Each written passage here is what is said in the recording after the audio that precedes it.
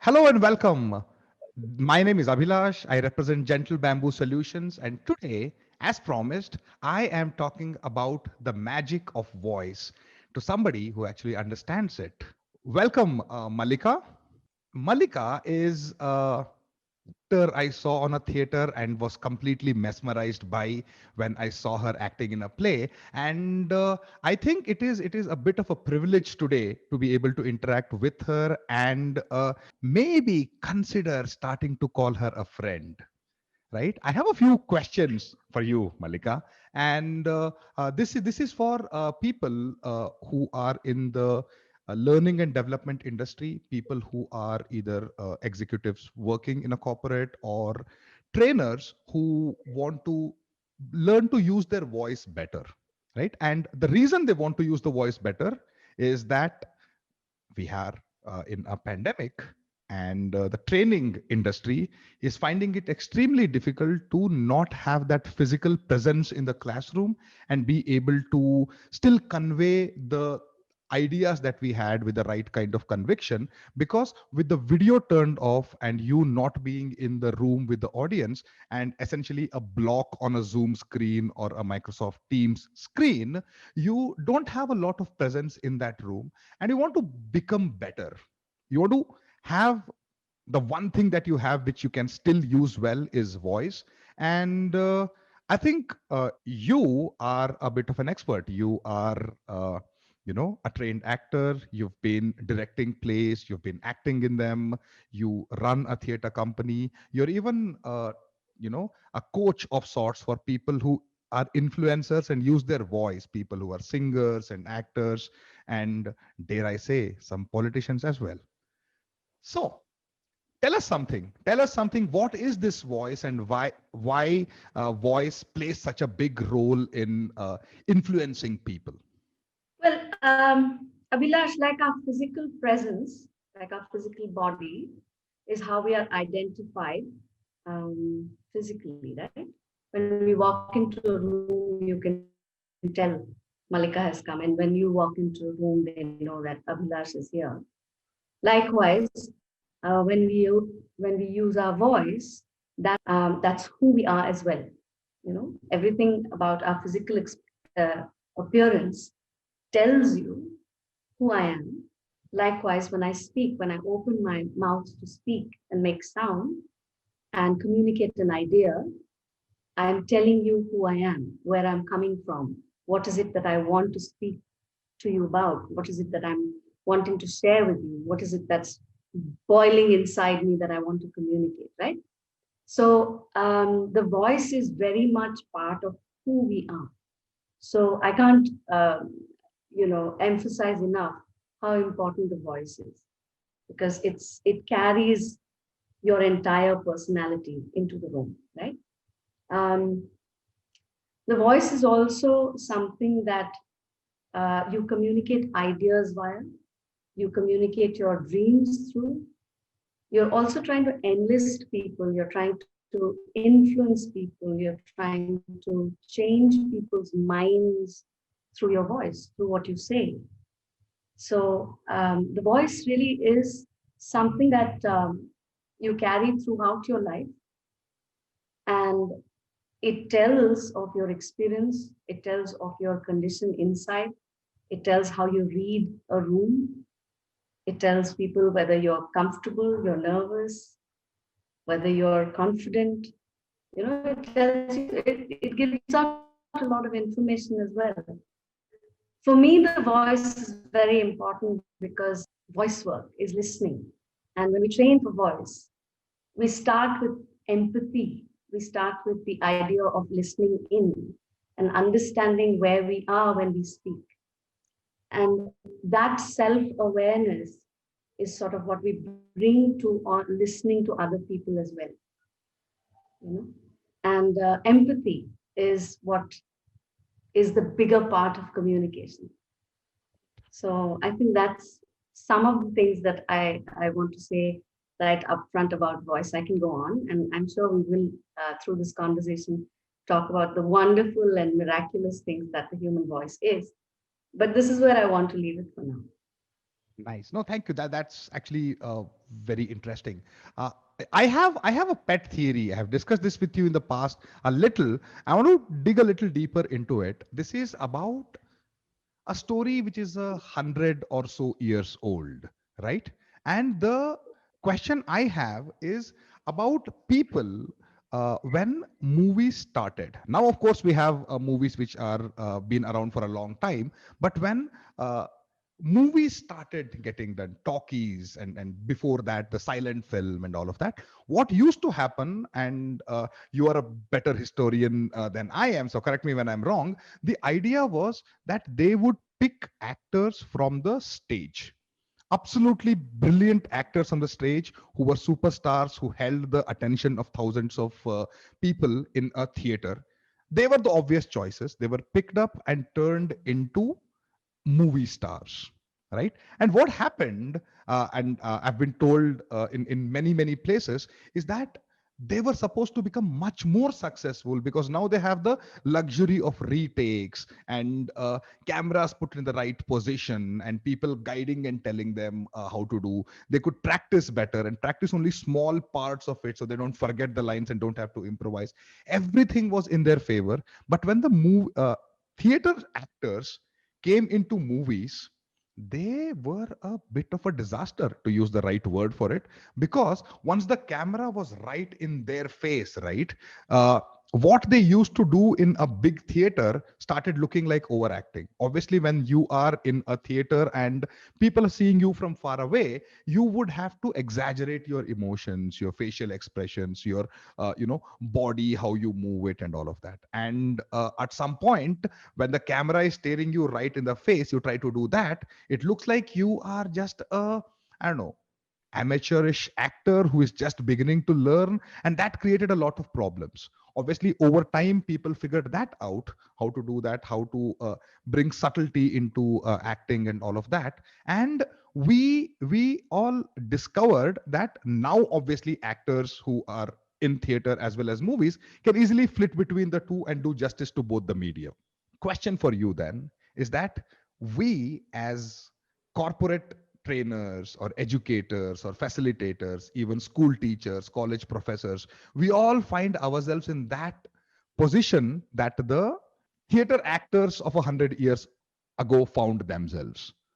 First of all, two questions for you. One, do you see a parallel here in that the platform, when it changes, everybody struggles to adapt to it in the beginning? And two, is this the same kind of relationship, or are we going reverse now? Because once the physical presence is taken out, is voice the only thing that we are left with now? And do we need to learn to exaggerate our emotions rather than play it subtly? Two questions. One, is the comparison between theater to movies meaningful in the context of what we are speaking today with respect to educators? And two, do people, when they move from a classroom training session to a virtual one, have to unlearn subtlety and learn to exaggerate their emotions? Oh my God. Abhilash, you said a lot of things. So the first thing I want to say in response to what you've said, Abhilash, is that actor training has a pretty long and very rich history. And the movement from a kind of exaggerated performance to a subtler performance is actually, you can trace it through realism and through various genres of performance. We won't go into that for the time being, okay? I think I want to focus on something else that you've said. And this is really that every time a technology is introduced, it's important to see how it changes the person who's using the technology, how it changes the craft, or how it makes you want to adapt the craft for the technology. Yeah. So that's something that I think we need to talk about, and it's relevant here. So, in the sense that, let's say, on stage, the entire human body is seen as one piece. And one of the most important things that the camera is able to do is to chop up the human body into smaller pieces. And you can see it from different perspectives. Yeah, that's what the camera is able to do. Right. And this was something that the actor needed to understand, Right. needed to understand that. And also performance is not delivered in one straight go. There are cuts, and there are the way the scene is spliced together is not necessarily in the sequence of how the actor delivers those scenes, right? So much of the storytelling is actually happens on an edit table, for example. But when the actor is on stage in the presence of an audience, from the third bell, which is when the play begins, to when the play ends and the actor takes a bow, up until then, it's one continuous, how shall I say, one continuous movement, except, of course, there'll be scene changes and there'll be, blackouts and so on. So, anyway, the thing to understand is that because one had to understand how the camera works and can move in really close to you and far away from you, one also began to understand that the voice quality or the way we use our voice has to sort of respond to what is being seen on the screen.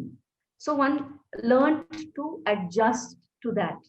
So the intimacy was shifting, right? So the intimacy of how close an audience can be to you will shift. Like, for example, if I'm doing Zoom lessons or I'm taking private lessons now, and my client or my student has got earphones on, the intimacy with which my voice reaches the participant is quite different from how it would if I were in a classroom. So that's something to understand. That's something to understand what my voice sounds like coming through the earphones and what it would sound like if I was in a room full of 20 or 30 people. Another thing I'd like to say is about presence. In a physical space where I have people close to me or far away from me in an auditorium, say, the human voice actually vibrates from my body and touches the audience literally. It moves people. Right. My voice actually moves people, and that's in the physical presence of other people.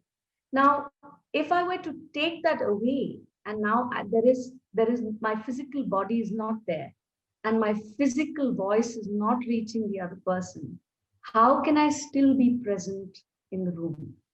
You know, that's a very interesting question at this moment in time.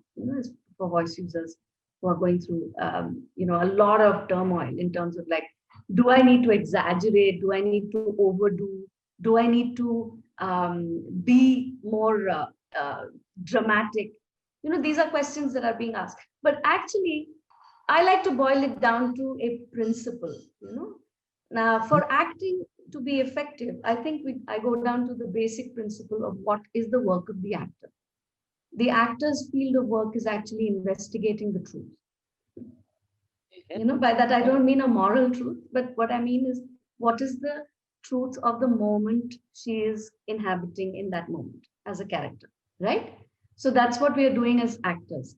Now, if one was to move that to the idea of voice, we are looking to see what is authentic or what is real, what is meaningful to me in this moment. And it's that meaningful thing that I want to communicate to my listener. And if I Right. can connect to that, then I'm in the presence of the person who's not may not be visible in that moment. But if I have connected to that part of me, which makes sense, which is meaningful, and is something that I want to, to put out there, to communicate with somebody else, that that that action is going to travel. Yeah. It Right. always helps to have somebody else whom you can interact with, even if the person is not visible, via chat, or ask for responses, ask for feedback, because it's not enough as humans. Communication, it doesn't happen if it's only on one side. You want to be able to elicit, you want to be able to seek response, you want a response, and that's when communication happens. So, and that's possible. If I don't know what the situation is for most teachers who are teaching online, but I'm sure it's possible. For example, there are in my own classrooms now, it's possible that some people want to keep the camera off, or they want to keep their mics on. But I for my own understanding that I am being heard, I'm being understood, I ask for feedback, you know, Right. and perhaps that's a possibility, and one can keep exploring what the possibilities are for interaction to happen even in this mode. You know? Right. Does that get you closer to the answers that you were Yeah, looking yeah, for? yeah, yeah, it does. It does. I do have a follow-up question though, right? In the industry that we work in, at least I and many of the listeners today are going to work in, what happens is that there is a little bit of an unfortunate reality that some of the participants or learners who come into this session are not entirely coming happily, if you know what I mean. They might Yeah. be made to attend it. It might be a mandatory training, right? And what then happens is that as much as I want to get the right kind of feedback from them, am I making a sense, is this valuable for you and all of that, some of them might actually tune a people out completely. This was never a problem in a classroom session, right? You cannot be sitting in a room and doing something Well, else. I mean, whether you like it or not, you were in my presence and I could see what you're doing. Now it's very easy to turn off the camera, mute. Obviously, I am going to ask a 40 people classroom to go on mute because it can be genuinely distracting for everybody else if there is something else happening. So with the voice gone and the video gone and the mind never there in the first place, we find ourselves in a slightly difficult situation. Now what I have observed, and I have tried this, I can talk in a monotone. I do that all the time any case, but whenever I put a little extra effort, bring in some enthusiasm into my conversation, and do a little more, is when I start seeing participation increase, right? And this is observed data that I have, which is, if I am not doing enough with my voice, participation is low. When I'm doing more with my voice, participation is high, right? Knowing this, and if we consider this to be a truth, what can a trainer do specifically, a few simple things maybe, that can get people to interact more with them, and get the impact that they want to cause. sure. I'm just wanting to react to something you said earlier. That if a teacher was in the room, then and the student was in the room as well, you can catch. They get caught out if they're doing something else, right? So to me, that's coercion, really.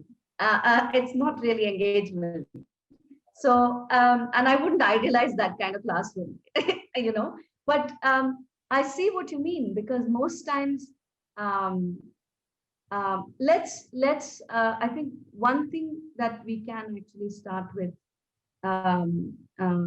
with a great degree of, how shall I say, understanding that this may be true by and large for people, is that a lot of us are going through a lot of anxiety, a lot of sadness, and it may not necessarily be personal, but just the fact that as a world, as the whole of Right. the earth, we are under a lot of duress. So that is something we can take for as a given at this moment in time.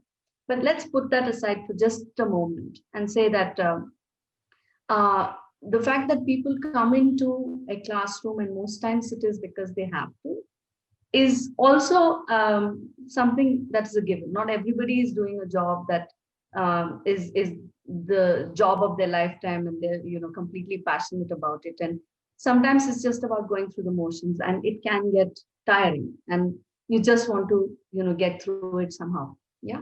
So given that these are the conditions in which people come into the room, I have uh, a simple kind of philosophy which I offer uh, up, but this is to do with teaching. This is something my teachers gave to me, so I'm happy to share this. It's to teach what is in the room. Mhm. By that I mean that presence work is not only expected of the person who's in the room, the person who's not switching on the camera, but it's also the person who's speaking. So it means that you are alive and alert and responsive to what the room is like and what the need of the room is, you know. So that first engagement probably comes from getting a temperature check, let's say, of where everybody is, you know, and that's a human thing. That's a very human thing to do. Is to come into the room and actually find out how people are, where people are. And I know that this is something that not everybody can do and wants to do and all of these things. But even when you have a set curriculum, when you have a set lesson plan, if you come into the room and just deliver it, it doesn't matter how good that lesson is. It doesn't matter if you're in the room physically with all the people, it's still going to be boring. Right. So being present means acknowledging the people, acknowledging where they are in the room at that moment. So presence is really about constantly, I say, squaring off internal and external reality. And Right. that can be the virtual room as well. Yeah. Mhm. So what are quick things that people can do is to get a quick check on themselves, actually find out how they're feeling, where is the breath, what am I feeling today, and if there is a level of discomfort, if there is it possible to get a little more comfortable for myself. Like, for example, I'm sitting here, I sit on the floor all the time when I do my Zoom lessons, and I have I have to adjust my chair so that I'm comfortable, you know. So things like that, just checking in with yourself physically. Is there physical comfort? Is Right. there some way in which I can breathe easier, you know? So these are Mhm. things that can bring you to the present very quickly. And also to keep re-engaging with your material. I mean, I don't think there are any tricks around content itself, and I don't need to say that too much, but to re-engage with your content so that it's interesting to you. I mean, if it's going to stop being interesting to you, then I don't know if there's anything that Right. can be passed on. But these are, of course, very general and very broad ideas. Um, If I one might very quick quickly and easy interrupt thing. on that second point, Yes, which is yeah, sometimes it's not just the learners, but the trainers might be going through the motions as well.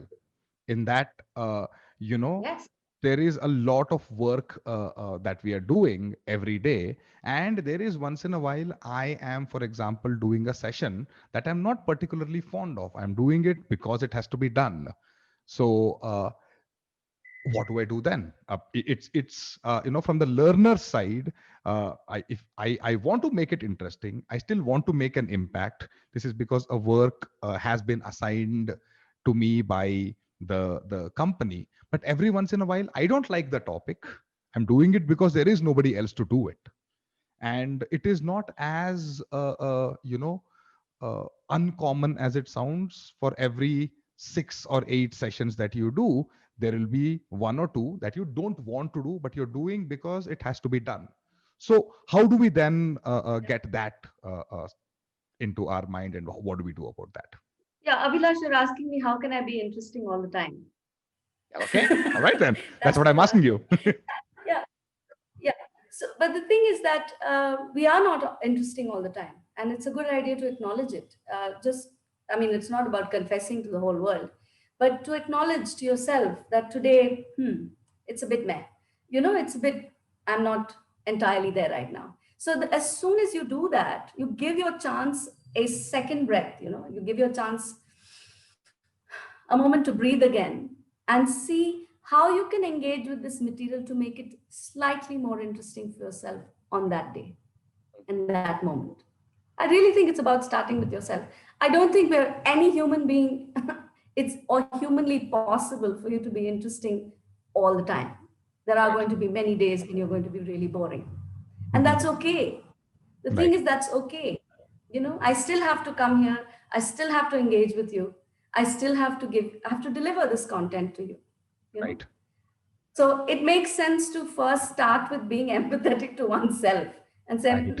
today is one of Mm. those days when I'm not feeling all there. My hair is not okay. I Mm. haven't, washed my hair. All of those things. I mean, whatever it is, right? Being alive to yourself first and being able to say that, you know. Of course, it takes time to become comfortable with the idea that today is no, I'm not at my peak. Right. It takes some work towards building that kind of relationship with where you are and being okay with that. Okay? And this is part of voice work, being okay with where you are in this moment and taking that as as the resource to galvanize you towards what you need to do. Of course, there are exercises. Of course, there are little quick things that you can do that will, oxygenate your blood, for example, Right. and wake you up. And Mhm. as soon as that happens, it opens your mind up to be a little more spontaneous. And that's enough for you to get you past that first hurdle, you know. Right. So absolutely, I completely agree with you. It's and to absolutely say that, today is not my top game, deal with it, and then start with that, even for yourself. Mm. Yeah. No, good, good, good. You, before I interrupted you, you were going into some more specific things that we can do to make this, you know, voice more interesting or valuable or whatever. Yeah, I think see the voice work that I teach is really about being real and present to yourself. Most times we imagine that doing things to the voice or changing it or putting something into it is what is making it interesting. Actually, it's a good idea to take a few steps back and see what is it that I'm doing really that makes the audience engaging. For example, when you say, when I do more things to my voice, I know there's more participation. Actually, you're doing more with the content, you're doing more to make it interesting for yourself. And that's what brings engagement back into the room. As far as tips go, one of the things that I ask my students or my clients to do is when you walk into the room to do a full body scan for yourself and to just Mhm. check in as to how you're feeling, how you're doing, you know, and to breathe into that, to breathe easy into that. So the Mhm. voice work I do is really about being able to deepen your breath and find spontaneity. There's a whole world of work that we'll talk about in a short bit. But breathing, just breathing in once, letting that go, just letting out a big old sigh, breathing in again will help you make that first step, take that first step. It's a very simple thing. It's just simply oxygenating your blood. You know, Right. that's a very good place to start. Well, I'm thinking of the various things that I tell people that they can do when they walk into a room and they feel like all their ideas have sort of vanished from their Yeah. head, even though they have content. All of these things. So it's a very common thing, particularly for actors, to feel nervous just before a show, just to feel like your the top floor has become cold and disappeared. So of course there are exercises to overcome these things. I also offer a whole bunch of voice warm up exercises so that you always feel that your voice is not strained. You to find ease in the body, so you're breathing easy and your voice is easy. Right. And that's one of the things you want to communicate as you go into a room. I don't know if this is the right place to actually talk about the exercises themselves, but I'm just leaving it there. What then do you think is a some sort of an actionable tip for the tip hungry listeners? What do we do about it? In the long run, if you're going to be using your voice, you better get some training. Okay. Become Okay. interested about your voice and Okay. engage with it deeper Hmm. than you are engaging with it right now. Hmm. Okay, your voice is not broken, so don't try Hmm. to fix it. Try to Okay. understand Right. it. Okay, But so still, that again, those are the I first I few keep things. asking for that tip because people who listen to and watch videos like this would want one. I know what you mean. I know what you mean. Everybody wants a kind of quick fix with the voice because the Yeah. general idea is that there's something wrong with my voice and I Hmm. need to somehow find a way to fix it quickly. Yes. So, and that goes completely against everything that I do. So, but having said that, I do hear you. I do Yeah. hear you. So, what I would offer is that if you're a regular voice user, and you use your voice over long hours, if you're Mhm, someone who records often, mhm, hydrate, drink lots of water, mhm, really become comfortable with the content that you have, really become confident with it so that you're mhm. not searching for what you want to say, or you're not don't you're feeling unsure about what you want to say. So that's the second thing I would say. And the third is actually just breathe, Mhm. because voice is nothing but exhalation, sounding exhalation. That's it. All right. So that was great. I think I have a question. There is this, you know, thing in me which tells me that my voice is in a monotone, and I like people who are able to modulate their voices. And I'm talking about doing different voices as an actor. I'm talking about doing that thing with voice going up and down and in a certain speed and all. That's something that I've always wanted to learn, and I believe that is something that helps most people who are in an industry where speaking is valuable. So what tips do you have, Malika, for somebody wants to become better at voice modulation? Okay. First of all, I'd like to burst a bubble, a myth, that modulation is something that you can do to your voice outside of what is actually happening to you in that moment. Okay. It's possible. I'm not saying it's not possible, but therein lies a long line of actors who are not believable. Okay. And that could be in real life, it could be on screen, it could be on stage, it could be anywhere. So the question to ask is really, what is it that makes a speaker interesting? What is it that makes a speaker engaging? Hmm? Now, people speaking in a small range of voice, which is what you're calling monotone, yeah. So that range can be changed. Of course, there are exercises for that. Of course, there are ways in which you can increase that range in which you speak. But modulation simply means that your voice is responding to your breathing, to how you're feeling, to what you're thinking, to what your ideas are, what you're passionate about. It's connected to you. Hmm? And that's what makes your voice rise and fall and change. And sometimes you speak so many words in one breath, and sometimes you just say one word and wait, you know. So all of these things, of course, an actor studies for effect, but it is still connected to an intuitive, a real, authentic, breathing body self, which is connected to your imagination, it's connected to your intellect, and it's connected to your need to communicate with another human being. You know, you are all the time when you communicate, you want response, Right. and you're doing that work.